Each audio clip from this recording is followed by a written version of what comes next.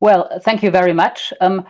I believe that it is important to include more different groups, more different components in the Syrian peace process, in the Syrian political process, because I strongly believe that we can only find a good solution for a future and more democratic Syria if you include all its citizens. And this is something which so far has not happened.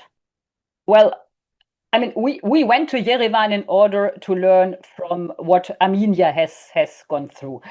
We're talking a lot about decentralization in Syria and in how far decentralization could help in order to create a more democratic Syria. And we went to Armenia in order to learn from their decentralization experience, in particular, to learn from their experience to give more competences in the municipalities to the local level. This is what we did in the last and something we believe is important is to have to look not only on the central level and on the regional level in Syria, but also to have a look at the municipality level and to see which competences could be on this level in order to serve best, to include all kinds of groups, different ethnic groups, different religious groups, but also groups as women, for example, and youth in particular. I don't think that all components ask for the same thing. Not all components ask for the same thing, and not all members of the different components. For example, there are Kurds who clearly ask for federalization and decentralization, but there are also Kurds for whom it is not that important to have a decentralized state, but they rather ask for human rights, for example, to implement human rights and citizen rights. So I don't think that there are clear visions of, I don't think that all components have clear visions yet. But what I also see is that the different components get more in contact with each other. And this is also something we could see here at our workshop. People, young Syrians from different components, from the Druze community, from the Kurdish community, but also Alawites and Assyrians, they all got together and talked to each other, and they changing their ideas for a future Syria. And I think this is what is really important, to get the different persons, the different people and representatives of different components together to discuss what kind of Syria they want, what kind of decentralization they want, and to find mutual solutions. I think this is what really is important at the moment. Well, I think that we, and if I say we, I mean the representatives of different components, I think they need to convince HTS and the current president, al-Shara, that decentralization and an inclusive governance helps to unite Syria and helps to keep Syria together. You know, decentralization doesn't mean that Syria will fall apart, or it doesn't mean separatism. And I think this is important to give as a message to the government. If you want to keep a united Syria, you really need to include people and give them some form of competences. I think this is what we need to tell the current president, and this is it may be difficult, yes, but I think it's possible to convince even HTS. If I remember right, just about a week ago, after the events, after the massacres in Sueda, the president said, well, we can talk about everything. We also can talk about decentralization. The only thing we cannot talk about is separatism. And I believe that none of the components really want separatism. What they want is certain competences. What they want is a decentralized country in which power is shared. And I think it's possible to also convince HTS and the president that this is the better vision for Syria, and that it is a vision which allows for a united Syria. Well, I'm not really sure about the vision of the European Union, for example.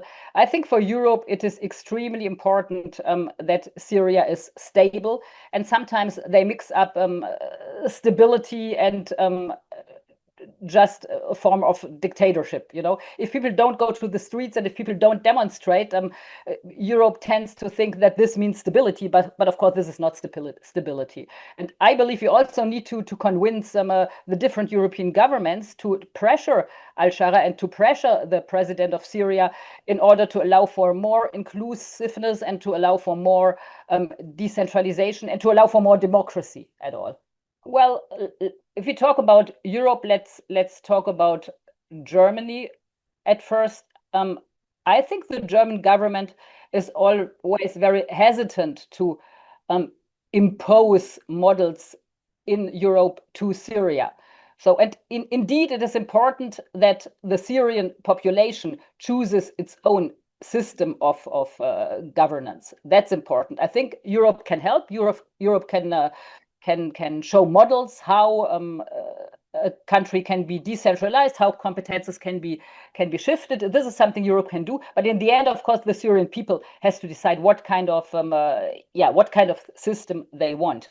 And the only thing we can do is propose system and try to convince the people, but also political parties and politicians as Al-Shara, but also others. The only thing we can do is try to convince them that it's also for their best if they really want the unity of Syria and if they want stability. Then we have to convince them that inclusiveness is important. And of course, their mindset is not like this, but the mindset was not always like this in Europe. Just imagine in the 1940s, Germany was a dictatorship, and things really have changed. So if Germany could change to a democracy, I think all countries do have a chance to do so. So Syria also has. I mean, you're absolutely right. Even though no Kurdish political party says that they want separatism, it is always there's this kind of stereotype idea about the Kurds that they always want to separate from Syria. And I think we must make very clear that this is not the case, and that the Kurds really are one of the groups who are searching for a solution which protects Syrian unity on the one hand, but on the other hand allows them more decision making on their own questions, so to say. So currently, I think the majority of Kurdish political parties stands for a decentralized and maybe even for a federal Syrian state, but it stands clearly for a united Syrian state. And I think it is important that Kurdish political parties, on the one hand, the administration and the PYD, but on the other hand, also the KNC and the independent parties, that all these Syrian Kurdish political parties reach out to the Druze community, but also to the Alawite community, in order to get together and to make their demands heard. I think it's really a difference if only one group like the Kurds ask for decentralization, or if there are besides them also the Druze community and the Alawite community, maybe also the Assyrians. If all these minority groups together, they are quite an important group. And of course, there are also, it's not only minorities asking for decentralization. Lots of democratic Syrian Arabs do understand that decentralization also means that they can have power on the local level and on the regional level. So I believe we really have to make we really have to try to get people together and to collect them somehow to make the requests being heard. And in a way, the Kurds can be the leading figures in this kind of bringing together different positions of the different minorities. Thank you very much for having me.